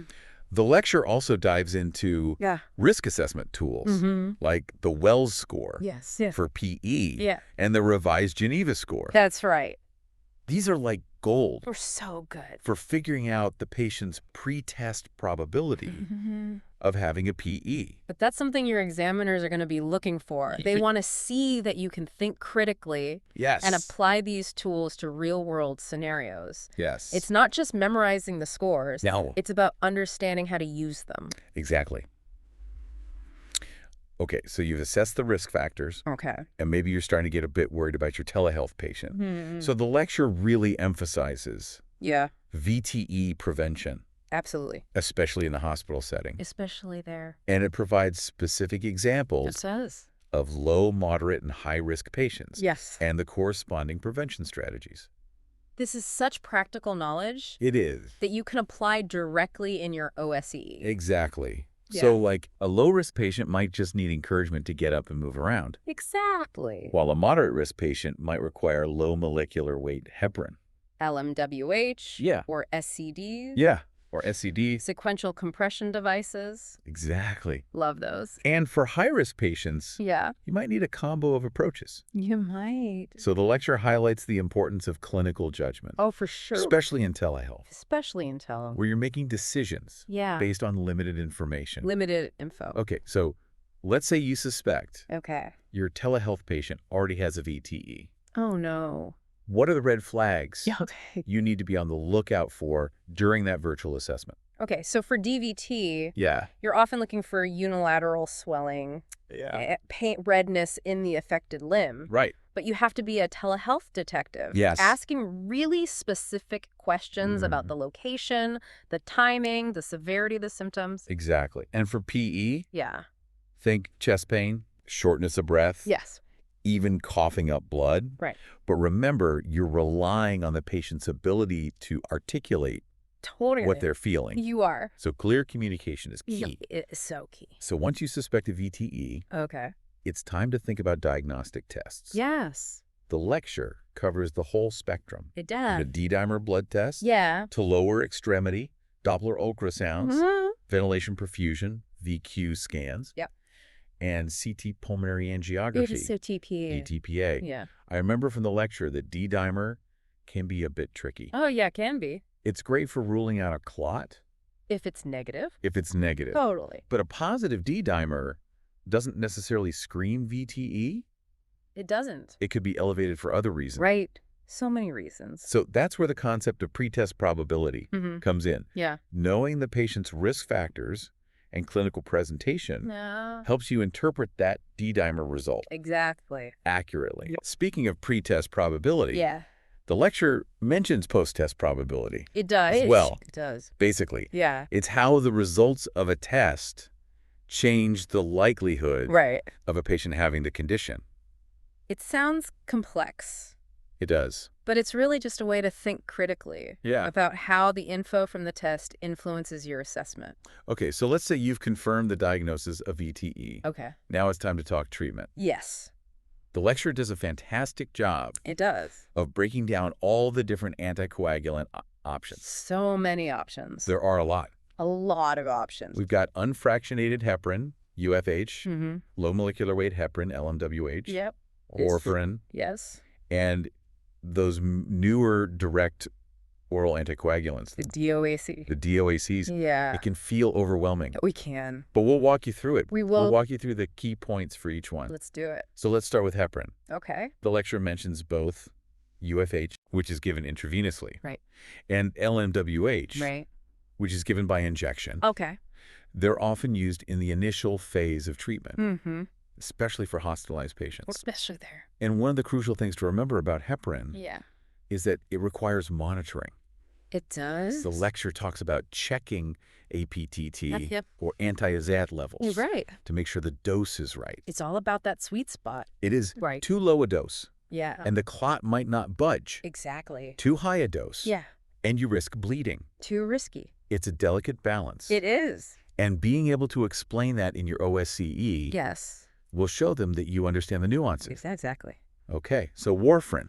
Oh, warfarin. Now, warfarin is a completely different animal. Completely It's different. a pill, It is. but it is infamous Oh, yeah. for its interactions So many interactions. with other medications so many. and even certain foods. And- Warfarin is also notorious Yeah. for its interaction Mm-hmm. with CYP450 enzymes. Right. These enzymes are like little workers in your liver Little workers. that help process medications. Hmm. And warfarin can interfere Oh, yeah. with their work. It can. So it's crucial to be aware of those potential drug interactions. Oh, yeah. The lecture provides a helpful list It does. of medications that can either increase or decrease the INR, Oh, yeah. which is the test used to monitor warfarin. That's right. So thinking back to that telehealth OSCE, Yeah. imagine a scenario Okay. where your examiner asks you about managing warfarin Mm-hmm. in a patient who's also on antibiotics or antifungals. Oh, good one. You'll need to be ready Okay. to explain the potential for interactions Mm-hmm. and the importance of close monitoring. Absolutely. The lecture even mentions Yeah. how over-the-counter pain relievers Really? can mess with warfarin levels. Wow. Yeah, and let's not forget about vitamin K. Oh, vitamin K. Leafy green veggies are healthy and all, They are. but too much vitamin K can counteract warfarin's effects. That's right. That's why patient education is so important, It's huge. especially in telehealth, Especially in telehealth. where you might not have those face-to-face interactions. Exactly. The lecture stresses the importance of explaining things Yes. like dosage, potential side effects, Yes. and when to seek medical attention. Oh, that's crucial. Okay, speaking of patient education, Yeah. let's move on to those DOACs. Oh, the DOAC. The lecture highlights their advantages. Okay. Rapid onset of action, Love that. fewer interactions, Fewer interactions. and no need for routine blood monitoring. Amazing. They sound almost too good to be true. They do. They've definitely made VTE treatment more convenient. They have. But it's important to remember Yes. that they're not without risks. Not without risks. The lecture specifically mentions apixaban, rivaroxaban, edoxaban, and dabigatran. All the big names. It's all the big names. Yeah. Each one has its own quirks It does. in terms of dosing and indications. Absolutely. The lecture also points out Mm-hmm. that DOACs can still cause bleeding, They can. and while they have fewer interactions than warfarin, Yeah. there are certain medications There that are. can interfere Yeah. with their effectiveness. Exactly. So that's why it's crucial Yes. to review each DOAC's specific drug interactions Yeah. before prescribing it, Absolutely. especially in telehealth, Especially there. where you might not have access to a complete medication list. Exactly. Okay, so far, Yeah. we've covered risk assessment, Yep. prevention, Mm-hmm. diagnosis, Yes. and the main treatment options Yeah. for VTE. We did it. Feeling overwhelmed yet? I feel like we did a lot. Yeah. But it was good. It was good. But we've got more to cover We do. in the next part of our deep dive. We do. Tackle those advanced topics that'll really set you apart in your OSCE Okay. perioperative management. Switching between anticoagulants and even reversal agents. Okay. Stay tuned. We'll be right back. Okay, so let's dive back into this world of VTE. Right. Specifically, those trickier scenarios Yeah. that might come up in your telehealth OSCE. Mm. Feeling ready to level up your knowledge. I am too. Let's do it. So let's start with a situation that can really make your head spin. Okay. Perioperative management Oh, yeah. of anticoagulation. That's a tough one. So imagine you have a patient on anticoagulation Okay. who needs surgery. Oh, boy. What do you do? Right. It's like walking this tightrope It is. between preventing clots and avoiding bleeding complications. It's a balance. It is a balancing act. The lecture refers to this as bridging, Bridging. right? Yeah. And it emphasizes the importance of careful planning Yes. and monitoring. Absolutely. The lecture even gives this really helpful example Okay. of bridging with warfarin Mm-hmm. and enoxaparin. So you stop the warfarin a few days before surgery, Okay. start the LNWH injections, the enoxaparin, Yeah. and then restart the warfarin Okay. after surgery, Right. overlapping with the LMWH Okay. until the INR is back in the therapeutic range. Back in your range. It's a delicate dance It is a dance. of timing and monitoring. It is. And knowing these specific protocols Yeah. will really show your examiners Absolutely. that you understand perioperative management. For sure. So it's like having a choreographed routine, I like that. right, to make sure the patient's protected Right. from both clotting and bleeding complications. Exactly. So we've mastered bridging. Okay. But what about switching Okay. between different types of anticoagulants? Yeah. When might that be necessary in a telehealth setting? Oh, that's a good question. So Yeah. imagine a patient who's been managing their warfarin Okay. with regular INR checks at a lab, Mm-hmm. but now they're transitioning to a more remote setting. Switching to a DOAC that doesn't require that monitoring Yeah. could be life-changing for them. That's a great example Yeah. of how telehealth can really influence treatment decisions. Absolutely. The lecture also mentions renal insufficiency Oh, right. as a reason for switching, Yeah, because some medications are affected by kidney function. they are. And let's not forget patient preference. Oh, right. Of course. Some people might have difficulty with injections. Yeah. So a pill form DOAC would be a better fit. Much better. And cost can be a factor too. Oh, for sure. DOACs can be expensive. They can be. So the lecture provides clear recommendations for transitioning It does. between different types of anticoagulants. For Mhm. example, when switching from LMWH to warfarin, Okay. you start the warfarin a few days before stopping the LMWH Okay. to ensure a smooth overlap. I see. And when switching from warfarin to a DOAC, Okay. you typically start the DOAC when the INR is within range, avoiding those unnecessary gaps in protection. Smart. Okay, so we've covered bridging. Yep. We've covered switching. Mm-hmm. But what if Yeah. a patient on anticoagulation Okay. has a major bleeding event? Oh, that's scary. That's like a telehealth provider's nightmare. It's a nightmare. It is. Yeah. It's definitely a high-stakes situation. High stakes. And that's when you need to know about reversal agents. Reversal. The lecture dives into this topic, Okay. provides valuable insights Good. that could be game changers in your OSCE. Ah. So for warfarin, the antidote is vitamin K, Vitamin K. which can be given orally Mm-hmm. or intravenously. Right. But I remember from the lecture Yeah. that the intravenous form works much faster, Way faster. which is crucial in an emergency. Oh, absolutely. And for heparin, Okay. the reversal agent is protamine sulfate. Protamine sulfate. It binds to heparin Okay. and neutralizes its effects. I see. Now, what about those DOACs? The DOICs. For a long time, Yeah. there weren't any readily available reversal agents, Right. which made bleeding complications a big concern. A huge concern. Huge concern. Yeah. Thankfully, things have changed. Yeah.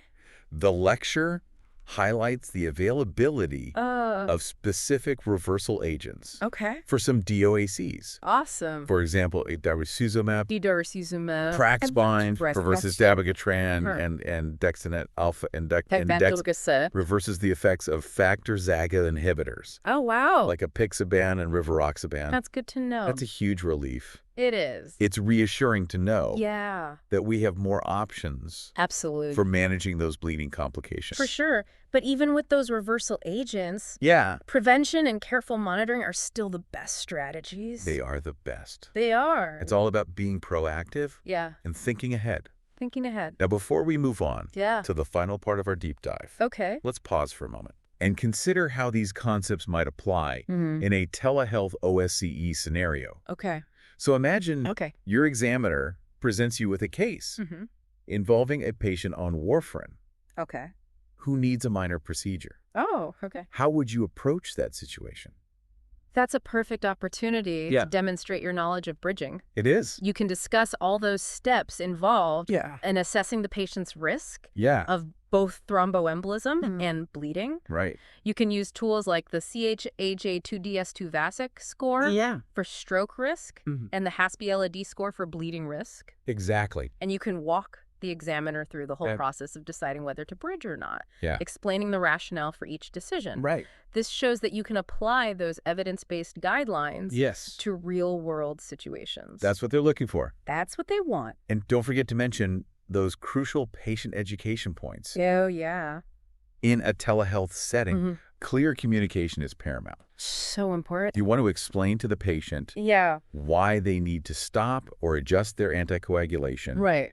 what to expect during the bridging period, Exactly. any potential side effects Mm-hmm. they should be aware of. It's all about connecting those dots Yes. and showing that you can think critically Yes. and apply your knowledge to those unique challenges of telehealth. Okay, are you ready Yeah. for one last challenge? Hit me with it. So think about this with the rise of telehealth. How do you envision the future of VTE management? Ooh, that's a fantastic question. It is a good one. And it's the kind of forward thinking that'll really make you stand out in your OSCE. Yes. Remember, those examiners aren't just looking for somebody who can, Regurgitate facts. regurgitate facts. Yeah. They want to see that you can think critically Yeah. and apply your knowledge to this evolving world of healthcare. Absolutely. So how might telehealth change the game for VTE? Okay, well, for starters, think about remote monitoring. Okay. What if we could use wearable devices to track a patient's mobility? Interesting. Or even detect those subtle changes in blood flow Yeah. that might suggest a developing clot. That would be incredible. Early detection Yeah. could be a game It changer would be a game changer. for preventing those serious complications. Totally. And imagine the possibilities with artificial intelligence. Mhm. We might even see algorithms Right. that can analyze all this patient data, Yeah. electronic health records, wearables, even social determinants of health, Wow. and flag those patients Yeah. who are at highest risk for VTE. It's like a personalized VTE. VTE prediction system. It is like a personalized Yeah. VTE prediction system. Exactly. That is mind-blowing. It is mind-blowing. And with telehealth, Yeah. we can provide those targeted and timely interventions, Yeah. whether it's adjusting medications, Yeah. recommending lifestyle changes, or even arranging for in-person follow-up Right. when necessary. This is really making me excited about the future of telehealth. And me too. It's not just about convenience. Yeah. It's about using technology Yeah. to improve patient care Absolutely. in ways we never thought possible. I agree. As you prepare for your OSCE, Yeah. keep that big picture in mind. Okay. Don't just focus on memorizing Right. all those facts and figures. Yeah. Think critically about how telehealth is transforming healthcare It is. and how you as a future provider Yeah. can be a part of that evolution. We've covered the A to Z's of VTE. We have. You're well on your way Yeah. to acing that telehealth OSCE. You got this. Remember to stay calm, think critically, Mm-hmm. and apply what you've learned. And don't forget, Yeah. showcase your passion Yes. for telehealth. Let those examiners see your enthusiasm Yes. for this innovative field Absolutely. and how it can improve patient care. Good luck. Good luck. We're confident you're going to crush it. You will. Purpose of these episodes not at all for advice or medical suggestions. These are aimed to provide support to peer pharmacists in training in educational and intellectually stimulating ways. Again, these are not at all for medical advice or medical suggestions. Please see your local board and state-certified health professional. The views of this podcast represent those of my guests and I. Thanks for listening to the podcast series The New Student Pharmacist, where we discuss chemistry and pharmacy, as well as leaders in pharmacy careers, community, and chemistry and pharmacy research. We encourage you to support the work we are doing and follow us on Spotify and Apple Podcasts by subscribing for free. We are so glad that you were able to tune in today. Note: the views on the podcast represent those of my guest and I take podcast series The New Student Pharmacist, where we discuss chemistry and pharmacy, as well as leaders in pharmacy careers, community, and chemistry and pharmacy research. We encourage you to support the work we are doing and follow us on Spotify and Apple Podcasts by subscribing for free. We are so glad that you were able to tune in today. Note: the views on the podcast represent those of my guest and I take care and all the best. Purpose of these episodes not at all for advice or medical suggestions. These are aimed to provide support to peer pharmacists in training in educational and intellectually stimulating ways. Again, these are not at all for medical advice or medical suggestions. Please see your local board and state-certified health professional. The views of this podcast represent those of my guests and I. Which brings together visionary guests from Chancellor Gary May and Dr. Robert Langer to Greg Zuckerman of the Wall Street Journal and Forbes 30 Under 30's Kyle Woom to share insights on science, leadership, and purpose. Featuring pioneers like His Excellency Sidney Colley and Dr. Emery N. Brown, each episode dives into stories of resilience, discovery, and impact, celebrating the intersections of curiosity and greatness across diverse fields. Please note the views of this podcast represent those of my guest and I, and do not constitute medical or professional advice, suggestions, or consultations. Thanks again for listening.